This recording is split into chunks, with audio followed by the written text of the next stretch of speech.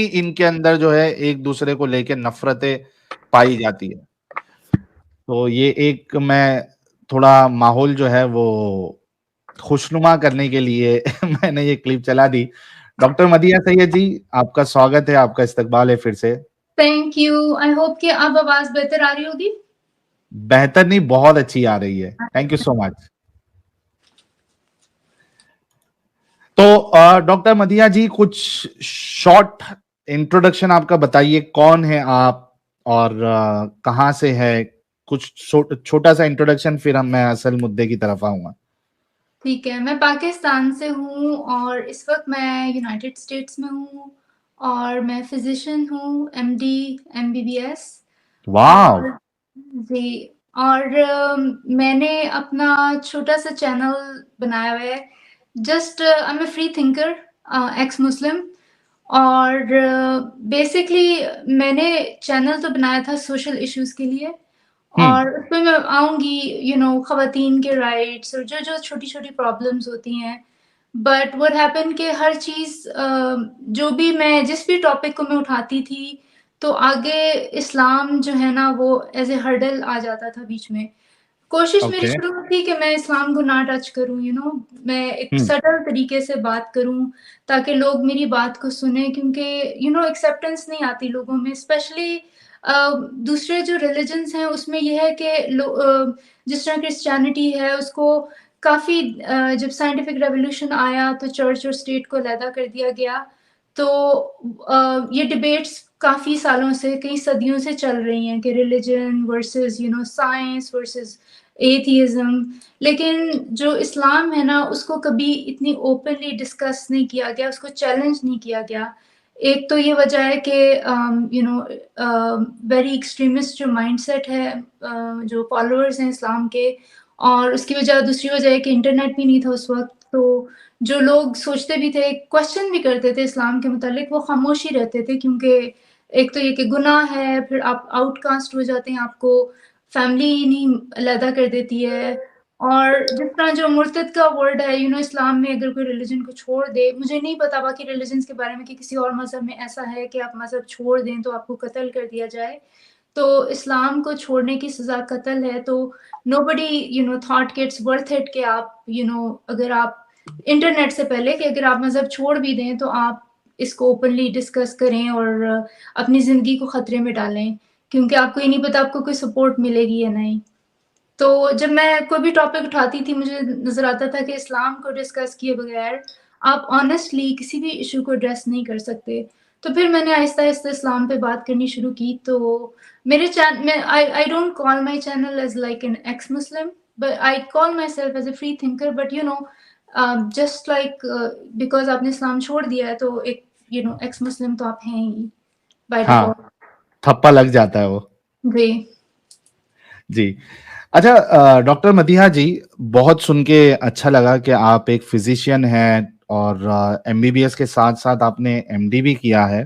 تو being a female ہمارے لیے مطلب بہت پراؤڈ فیلنگ آ رہی ہے, and now you are ex Muslim, تو ہماری فیلنگ جو ہے وہ ڈبل ہو گئی ہے, پراؤڈ جو ہم فیل کر رہے ہیں. آپ یہ جو ایم بی بی ایس اور ایم ڈی جو ڈگری آپ نے لی ہے وہ پاکستان سے لی تھی یا پھر آپ یو ایس آنے کے بعد آپ نے یہ ڈگری لی ہے؟ اگر آپ بتانا چاہتی ہے تو بتا سکتی ہے. If you want to skip this question it's totally up to you. نو ایم بی بی ایس میں نے پاکستان سے کیا تھا. پھر جب میں یونائٹڈ اسٹیٹس میں موو ہوئی تو پھر میں یہاں کے ایگزامس آپ کو کرنے پڑتے ہیں, U S M L step 1, step 2, step 3. اس کے بعد آپ کو ریزیڈنسی کرنی پڑتی ہے 3 سال کی, then you get M D. تو لانگ پاتھ وے, بڈھا ہو جاتا ہے بندہ. اوکے مدیحہ جی, سب سے پہلا میرا سوال یہ ہے آپ سے کہ اچھا مین وائل جتنے لوگ دیکھ رہے ہیں, میں بیچ بیچ میں آپ لوگوں کو بولتا رہوں گا کہ ڈاکٹر مدیحہ جی کا جو چینل ہے اس کو آپ لوگ سبسکرائب کر لیں, اور ایک فیمیل وائس ہمارے لیے بہت ضروری ہے. جیسے کہ ہم نے پہلے بھی خواتین کے ساتھ اس طریقے کی انٹرویو کی ہیں, specially ex Muslim from Pakistan, پھر ہمارے بھارت کی جو ایکس مسلمس ہیں وہ بھی چینل چلا رہی ہیں, ایکس مسلم اینجل جی ہے, ربانی جی ہے, اور بھی اس طریقے کے چینل ہے.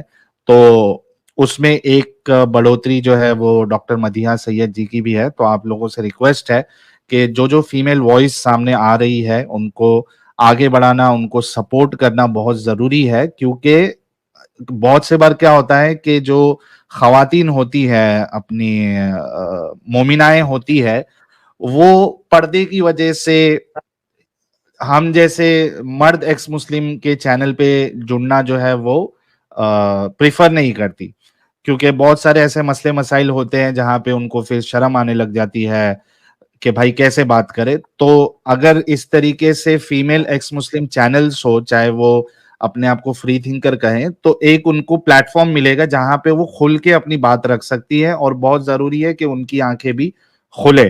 تو آپ لوگ جو ہے مدیحہ جی کا چینل آلریڈی پن کیا ہوا ہے, آپ لوگ اس کو سبسکرائب کر لے. ڈاکٹر مدیحہ جی, سب سے پہلا سوال, what was your background, I mean جو فیملی بیک گراؤنڈ ریلیجیس تھا, کیسا تھا آپ کا پالن پوشن, کیسے ہوا, اسٹرکٹ ماحول تھا, آپ نے اسلام کو کتنا سیریسلی لیا, کیا مدرسے میں بھی کچھ پڑھائی کی ہے, کتنا آپ نے اسلام کو پڑھا, ساری چیزیں بتائیے. The stage goes to you, I mean the mic goes to you. اچھا, thank you so much Sahil. میں ایک چھوٹا سا کامنٹ کرنا چاہوں گی کہ جو میرا چینل ہے, میں دیکھتی ہوں کہ آپ کے چینل پہ کافی خواتین آتی ہیں اور کافی آپ ان کو ایجوکیٹ کرنے کی کوشش کرتے ہیں. تو میرا چینل بھی اسپیشلی فار فیمیل, بیکاز میں نے, اگر آپ جا کے میری ویڈیوز دیکھیں تو کافی ساری ویڈیوز میں نے ویمن کے ایشوز پہ ہی بنائی ہیں. اور اس کی وجہ یہی ہے کہ ایک تو خواتین کو چار دیواری کے اندر اتنا تاڑ کے رکھا جاتا ہے کہ ان کی وائس ہے ہی نہیں, اور اگر کوئی ہمت کر کے بولنے کی کوشش بھی کرتی ہے تو ان کو چپ کرا دیا جاتا ہے. ابھی شروع ہونے سے پہلے, میں جوائن کرنے سے پہلے میں دیکھ رہی تھی کہ آپ کو کتنی پرابلمس کا سامنا کرنا پڑا ہے. آپ کا فون بلاک ہوا ہے, کل ہی اویس کے چینل کو بلاک کر دیا گیا, شاید میرے چینل کو بھی بند کر دیا جائے, بیکاز یہ جو ہم لوگ باتیں کر رہے ہیں بہت آسانی سے ہضم ہونے والی نہیں ہے. ہم بیسکلی سچ پیش کر رہے ہیں, اور جس کو چھپایا گیا ہے جھوٹ بول بول کے. تو اب اس کو ہضم کرنا اتنا آسان نہیں, تو ہم سب کو پرابلمس آئیں گی. شاید میرا بھی چینل بند ہو جائے تو پھر میں میں دیکھوں گی کہ میں دوبارہ سے اسٹارٹ کرنا ہے یا کیا کرنا ہے. But we will keep on doing whatever we are. لکھتی رہوں گی میں, کہیں نہ کہیں کسی نہ کسی پلیٹ فارم پہ میں بولتی رہوں گی, اپنی آواز اٹھاتی رہوں گی. تو اگر ہماری آوازوں کو یہ بند کرنے کی کوشش کریں تو وی ول کنٹینیو ڈوئنگ. جہاں تک آپ کا ڈیفینیٹلی. سوال ہے, میں پاکستان میں ایک جو مڈل کلاس فیملی ہے اس سے میرا تعلق تھا. میرے پیرنٹس کوئی اتنے ریلیجس نہیں تھے, کوئی خاص ہمارے گھر میں مذہبی ماحول نہیں تھا. ایک جو ایوریج مسلمان کی جو ہوتی ہے, نماز پڑھ لی, آپ کو نماز کا ایک جو ریگریٹ رہتا ہے ہر وقت, نماز نہیں پڑھی, نماز چھوڑ دی, ایک جو ہر وقت سر کے اوپر ایک آپ کی تلوار لٹکی رہتی ہے نماز کی, وہ تھی. اپنے بہن بھائیوں میں صرف میں سب سے زیادہ ریلیجس تھی. میں نہیں بتاؤں گی میرے کتنے بہن بھائی, just for their protection, for their sake. لیکن میں اپنے بہن بھائیوں میں زیادہ ریلیجس تھی. میں بڑی باقاعدگی سے نماز پڑھتی تھی, کوشش کرتی تھی کہ میکسیمم نمازیں پڑھوں, 5 وقت تو نہیں پڑھتی تھی. مذہب کی ایجوکیشن وہی جو ایک دفعہ آپ نے قرآن جو فارمیلٹی کے لیے تمام مسلمان ایک دفعہ پڑھ لیتے ہیں, اور پھر اس کے بعد کبھی ختم ہو گیا اس پہ آپ نے پڑھ لیا, کبھی کسی کے گھر کوئی ڈیتھ ہو گئی تو اس پہ قرآن پڑھ لیا, مطلب ایک بیسک فارمیلٹی کا قرآن آپ نے پڑھا. لیکن وہ جو ایگزام کے لیے پاس ہونے پہ آپ مانتے ہیں کہ اگر میری فرسٹ آ گئی تو 100 نفل پڑھوں گی, ایک جو ایک برائبری ہوتی ہے اللہ کو دیتے ہیں آپ, وہ کرتے تھے. یا پھر کبھی بھی کوئی کسی کے گھر میں میلاد ہو گیا تو اس پہ پڑھ لیا. یا پھر اگر ربیع الاول آ گئی تو رات کو ساری رات پڑھ, جو آپ جاگ کے, 1-2 اور ایونٹس ہوتے ہیں جس میں آپ ساری رات جاگ کے کرتے ہیں, مجھے اب یاد نہیں آ رہا. شب کافی برات, شب شب معراج, برات میں جس میں لیلۃ آپ القدر. جس میں آپ کی قسمت لکھی جاتی ہے. پھر لیلۃ القدر میں, رمضان میں آپ طاق راتیں ڈھونڈتے ہیں, اس میں آپ ساری رات. تو یہ سب کچھ ہم نے کیا ہوا ہے. بلکہ میں تو 2 دفعہ اس پہ اعتکاف میں بھی بیٹھی ہوں. ایک دفعہ میں 3 دن کے لیے بیٹھی ہوں, ایک دفعہ میں 7 دن کے لیے بیٹھی تھی. اس میں جو آپ کرتے ہیں یہ جو لیکن میں اس اپنے بہن بھائی میں سب سے زیادہ کرتی تھی. تو یہ میرا بیک گراؤنڈ تھا. ارے واہ, بہت زبردست. وہ 3 دن اور 7 دن, پورا ٹوٹل 10 دن آپ نے کمپلیٹ کر دیا. کیونکہ 10 دن کا اعتکاف ہوتا ہے, تو وہ آپ نے ایک بار 3 دن, ایک بار 7 دن کمپلیٹ کر دیا.